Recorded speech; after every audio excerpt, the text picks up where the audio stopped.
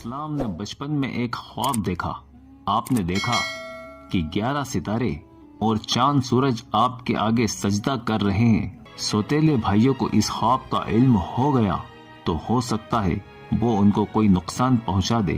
ہمیں گمان بھی نہ تھا اور اسے بھیڑیا اٹھا لے گیا۔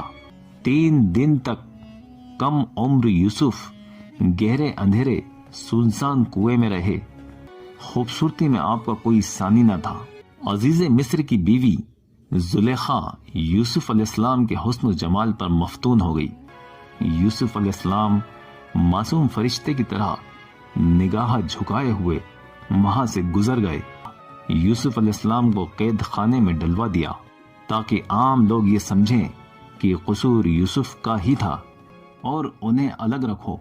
ایسا نہ کرو گے تو قحط کا مقابلہ کرنا مشکل ہو جائے گا۔ اس کے بعد انہیں بشارت سنائی جو آپ کو وحی کے ذریعے معلوم ہوئی ہوگی۔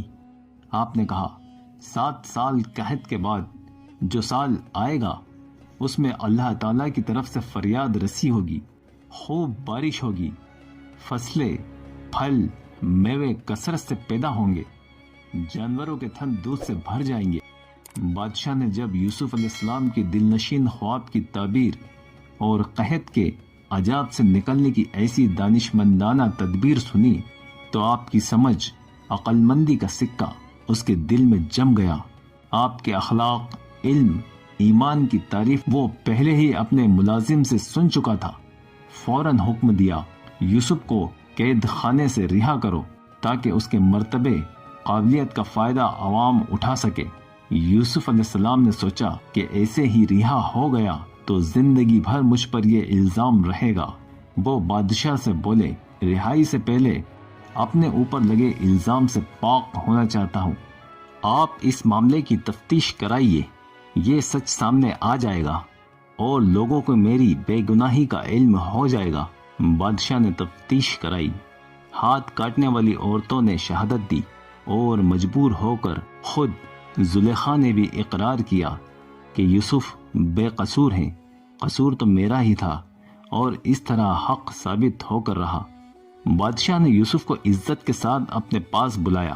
یوسف علیہ السلام نے بادشاہ سے کہا آپ مجھے ملک کے خزانے کا سربراہ بنا دیجئے، میں مال کی حفاظت بھی کروں گا اور مال کی آمد و خرچ کا حساب کتاب بھی خوب رکھوں گا اور قحط سے مقابلہ کرنے میں آپ کی مدد کروں گا۔ بادشاہ نے آپ کے اخلاق کو دیکھتے ہوئے ساری ذمہ داری آپ کو ہی سونپ دی۔ بادشاہ تو بس نام کے رہے، اصل میں بادشاہی تو یوسف کو ہی سونپ دی تھی۔ جس بچے کو بھائیوں نے بے گھر کر کے گمنام زندگی کے اندھیرے میں ڈال دیا، اللہ رب العزت نے اسی کو مقام اور عزت کی بلندی پر پہنچا دیا۔ اب یوسف علیہ السلام بادشاہ سے عہدہ پا کر عزیز مصر کہلانے لگے۔ آپ نے ملک کی ترقی اور کامیابی کے لیے کام کرنا شروع کر دیے۔ 7 سال خوب پیداوار کی۔ آپ نے اناج کا خوب ذخیرہ کر لیا، کھانے کا غلہ الگ اور باقی غلہ بالیوں میں ہی الگ رکھا۔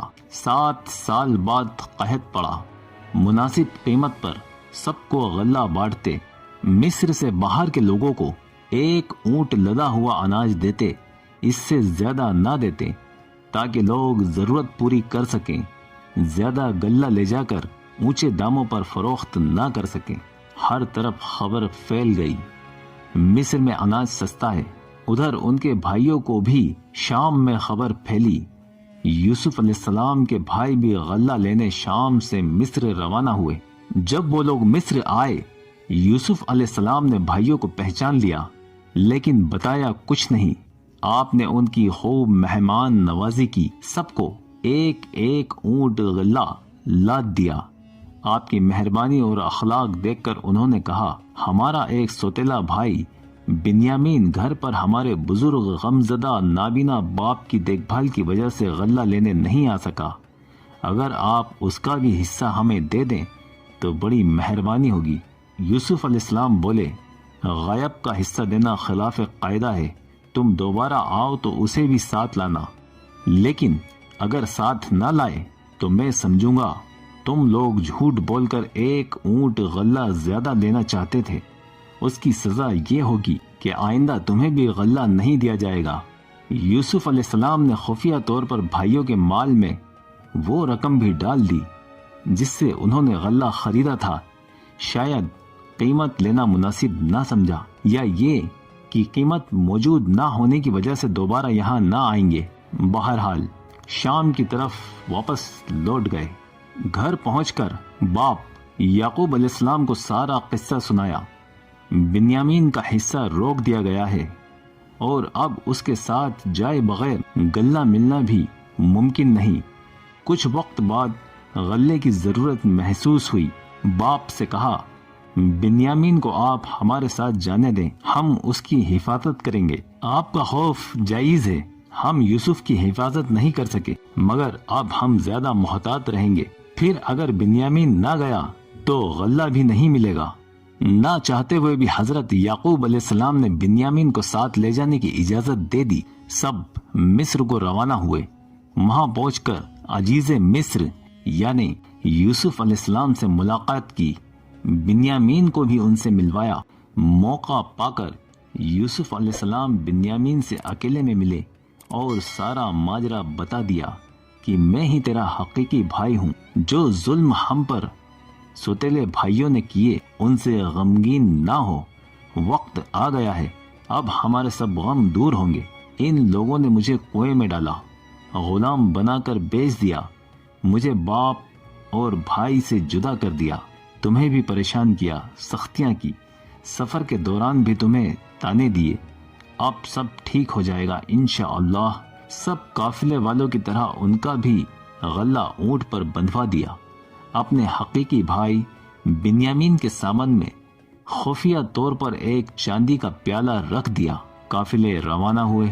کچھ دیر بعد خبر پھیلی کہ بادشاہ کا پانی پینے کا پیالہ غائب ہے، شاید کسی قافلے والے نے چرا لیا ہو۔ سب قافلے والوں کو روکا گیا، سب کی تلاشی لی گئی۔ برادران یوسف کو بھی روکا گیا۔ سپاہی بولے، تم لوگ تو چور معلوم ہوتے ہو، پیالہ تم نے ہی تو نہیں چرایا؟ وہ بولے، بنا وجہ ہمیں چور مت کہیے، ہم لوگ عزت دار خاندان سے ہیں، اگر چاہو تو تلاشی لے لو۔ سپاہی بولے، اگر تم بنا حجت کیے پیالہ لوٹا دو تو ایک اونٹ غلہ انعام میں ملے گا۔ وہ بولے، کیا ہم چور ہیں؟ ہم یہاں چوری کرنے آئے ہیں؟ سپاہی بولے، اگر پیالہ تمہارے پاس سے برآمد ہوا تو تمہیں کیا سزا دیں؟ شریعت ابراہیم میں چوری کی سزا 1 سال تک چور کو غلام بن کر رہنا پڑتا تھا۔ برادران یوسف نے اپنے شرعی قانون کے موافق بنا جھجک کہا، جس کے پاس چوری کا مال برآمد ہو اسے سال بھر تک غلام بنا کر رکھنا۔ اس معاملے کو سپاہی یوسف علیہ السلام کے پاس لے کر گئے، سارا ماجرا سنایا۔ آپ نے حکم دیا، ان کے مال کی تلاشی لو۔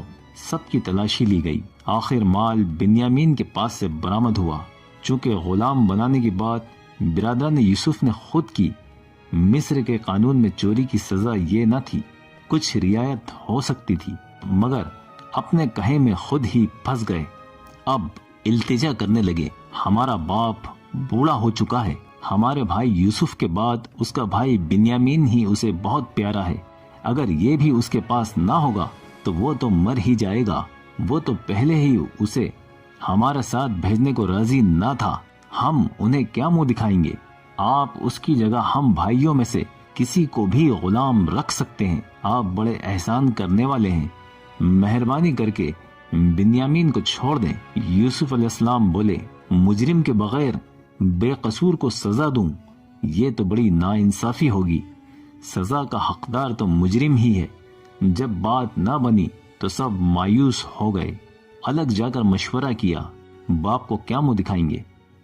پہلے ہی یوسف کے معاملے میں ہم شرمندہ ہیں، اور اب بنیامین کے بغیر واپس جانے کی ہمت کیسے کریں گے؟ بڑے بھائی نے کہا، میں تو بنیامین کے بغیر واپس جانے کی ہمت نہیں کر سکتا، تم جا کر سارا ماجرا والد کو بتا دینا، اگر وہ یقین نہ کریں تو کہنا کہ کسی معتبر آدمی کو یہاں بھیج کر تفتیش کرا لیں، یا ہمارے ساتھ جاننے والے قافلے کے لوگوں سے معلوم کر لیں، اگر آپ کو ہم پر یقین نہیں ہو۔ سارے بھائی شام واپس لوٹ گئے۔ شام پہنچ کر سارا قصہ باپ کو سنایا۔ پہلی بار کی طرح ہی اس بار بھی یعقوب علیہ السلام نے اپنے بیٹوں کا اعتبار نہیں کیا۔ کہنے لگے، تم نے پہلے ہی یوسف کی حفاظت کا مجھ سے وعدہ کیا تھا، پھر بنیامین کی حفاظت کا بھی وعدہ کیا۔ تم نے دونوں بھائیوں کو مجھ سے جدا کر دیا۔ اگر پیالہ اس کے مال سے برآمد بھی ہوا تو یہ کیسے ثابت ہوا کہ چوری اس نے کی؟ ہو سکتا ہے کسی نے اس کے سامان میں چھپا دیا ہو۔ مدافعت تو کرتے۔ بہرحال میں تو اس پر بھی صبر کروں گا، کوئی شکایت زبان پر نہ لاؤں گا۔ اللہ تعالیٰ سے امید ہے کہ وہ یوسف، بنیامین اور اس کا وہ بھائی جو بنیامین کے لیے رک گیا تھا، سب کو میرے پاس جمع کر دے۔ وہ سب کے حال سے واقف ہے اور سب کے ساتھ موافق معاملہ کرتا ہے۔ اس سے اندازہ ہوتا ہے کہ انبیاء کے قلوب اللہ کی رحمت سے مایوس نہیں ہوتے، چاہے حالات کتنے بھی دشوار کیوں نہ ہو، وہ امید کا دامن کبھی نہیں چھوڑتے۔ نیا زخم کھا کر آپ کا پرانا زخم ہرا ہو گیا، بے اختیار پکار اٹھے، ہائے افسوس یوسف! آپ کی آنکھوں کی بینائی جدائی کے غم میں چلی گئی۔ آپ کا دل جتنا یوسف کی فراق میں روتا تھا، اتنا ہی آپ خدا کے آگے دعا کرتے۔ درد و غم کی شدت اور اشک باری کی کثرت جتنا بصارت کو ضعیف کرتی، اتنا ہی قوی نور بصیرت کو کرتی۔ وہ کہتے، مجھے یقین ہے یوسف زندہ ہے، ایک دن ضرور ملے گا اور اس کا خواب پورا ہو کر رہے گا۔ یہ مجھ پر آزمائش ہے، دیکھوں کس حد تک پہنچ کر ختم ہو۔ حق تعالیٰ کی مہربانی اور فیض سے نا امید ہونا کافروں کا شیوا ہے۔ ایک ایمان والے کا کام ہے کہ اگر پہاڑ کی چٹانوں اور سمندر کی موجوں کے برابر بھی مایوس کن حالات پیش آئیں، تب بھی خدا کی رحمت سے نا امید نہ ہو۔ یعقوب علیہ السلام نے اپنے بیٹوں کو کہا، جاؤ پوری کوشش کر کے یوسف کا پتہ لگاؤ اور اس کے بھائی بنیامین کو چھڑانے کا کوئی ذریعہ تلاش کرو۔ اللہ سے امید ہے کہ وہ ہم کو پھر سے ملا دے۔ باپ کا حکم پا کر سب مصر روانہ ہو گئے، کیونکہ یوسف کا پتہ تو معلوم نہ تھا۔ سوچا پہلے بنیامین کی فکر کر لیں۔ قحط کی وجہ سے غلے کی بھی ضرورت تھی۔ اہل مصر سے گزارش کریں گے، اگر معاملہ نرم پایا تو بنیامین کے متعلق بات کریں گے۔ اہل مصر یعنی یوسف علیہ السلام کے پاس گئے اور بولے، قحط کی وجہ سے ہم پر اور ہمارے گھر پر بڑی سختی گزر رہی ہے۔ گھر کا سارا سامان بک چکا ہے، کچھ تھوڑی پونجی اکٹھا کی ہے جو غلہ خریدنے کے لیے لائے ہیں۔ اگر آپ نے غلہ نہ دیا تو بھوکے مرنے کی نوبت آ جائے گی۔ مہربانی کر کے تھوڑی سی رقم میں پورا غلہ عطا فرمائے، ہم پر رحم کیجیے، یہ آپ کا احسان ہوگا ہم پر، یا بطور خیرات ہی ہمیں غلہ عطا کر دیں، خدا آپ کا بھلا کرے گا۔ حضرت یوسف علیہ السلام کی رحمدلی اور شفقت کا چشمہ دل میں جوش مار کر آنکھوں سے ابل پڑا۔ آپ ان کا حال سن کر زار و قطار رونے لگے۔ آپ نے کہا، میں ہی یوسف ہوں۔ وہ سب حیران ہو کر بولے، آپ یوسف ہیں؟ بولے، ہاں میں ہی یوسف ہوں۔ بھائی یوسف علیہ السلام کو پا کر جتنا خوش تھے، اس سے زیادہ اپنی گستاخیوں پر شرمندہ ہو رہے تھے۔ سوچ رہے تھے کہ آپ یوسف ذلیل کریں گے، سزا دیں گے، لیکن صبر و مروت و اخلاق کی حد ہو گئی۔ بھائیوں کو ذلیل کرنا تو دور، شکایت کا ایک لفظ منہ پر نہ لائے۔ برادران یوسف کے سر ندامت اور شرم سے جھک جاتے ہیں۔ کہنے لگے، حق تعالیٰ نے تجھ کو ہر حیثیت سے ہم پر فضلیت دی اور تو اس کے لائق تھا۔ یہ ہماری غلطی اور بھول تھی کہ تجھے نہ پہچان سکے۔ آخر ہمارا حسد بیکار ثابت ہوا۔ یوسف علیہ السلام اپنے بھائیوں سے اتنا بھی سننا نہیں چاہتے تھے۔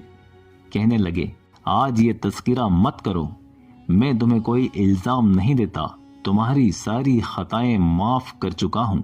جو خطائیں خدا تعالیٰ سے کی ہیں، دعا کرتا ہوں کہ وہ بھی معاف کر دے۔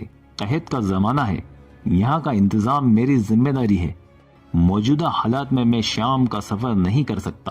مہربانی کر کے آپ لوگ شام جا کر والدین اور سب متعلقین کو یہاں مصر لے آئیں۔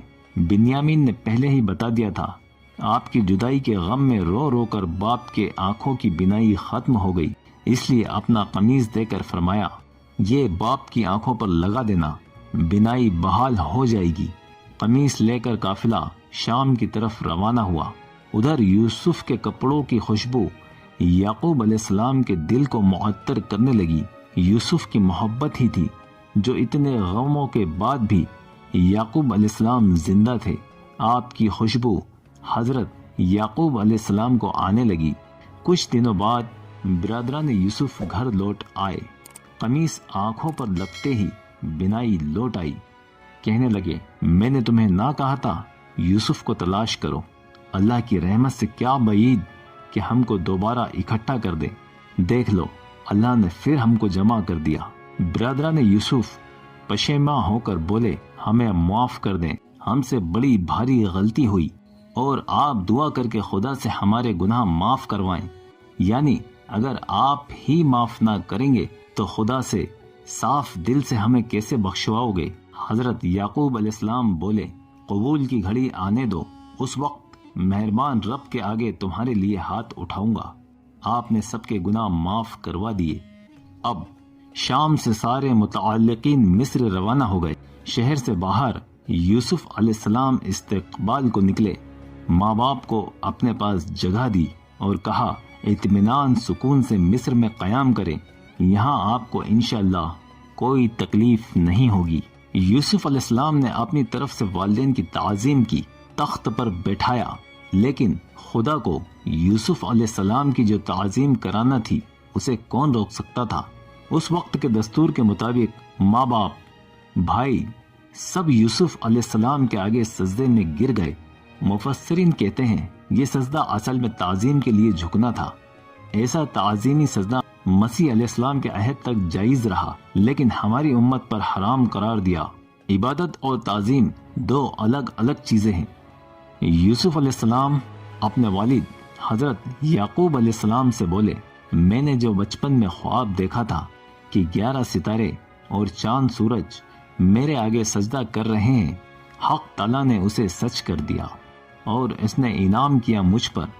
جب نکالا مجھے قید خانے سے، شیطان نے جھگڑا ڈال دیا ہم بھائیوں کے درمیان، لیکن میرا رب تدبیر سے کرتا ہے جو چاہتا ہے، بے شک وہی ہے خبردار، حکمت والا، ساری قدرت اسی کے ہاتھ میں ہے۔